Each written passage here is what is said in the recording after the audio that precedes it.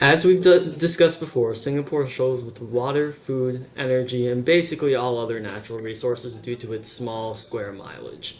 Singapore imports about 90% of its food and 95% of its energy, while water imports are unknown but likely very high.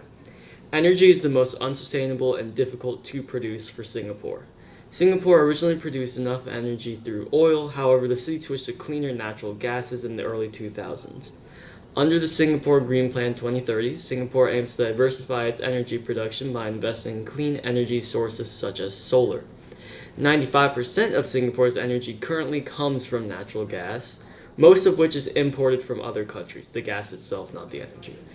Singapore shows the most promise for becoming sustainable through solar, hydro, and a brand new emerging energy source, hydrogen. Currently, Singapore produces about 800 megawatt peak of energy through solar.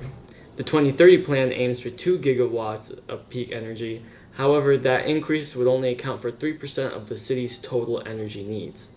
Singapore, Laos, Thailand, and Malaysia recently entered into an agreement to import hydroelectric power from Laos, resulting in 100 megawatts of energy to be imported into Singapore since the program began.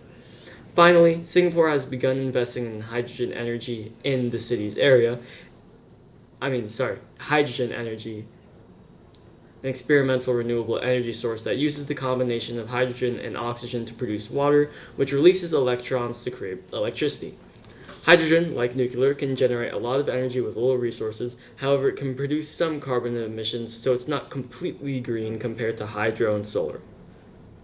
In my opinion, hydrogen energy may be the most efficient way for Singapore to generate more sustainable energy, as it is safer than nuclear, very efficient, and easy to implement, as all you need is hydrogen gas, air from the atmosphere, and other equipment to capture the electricity itself. Singapore needs to invest in compact ways to generate water and electricity the most, as food can be imported from many more sources than the aforementioned two.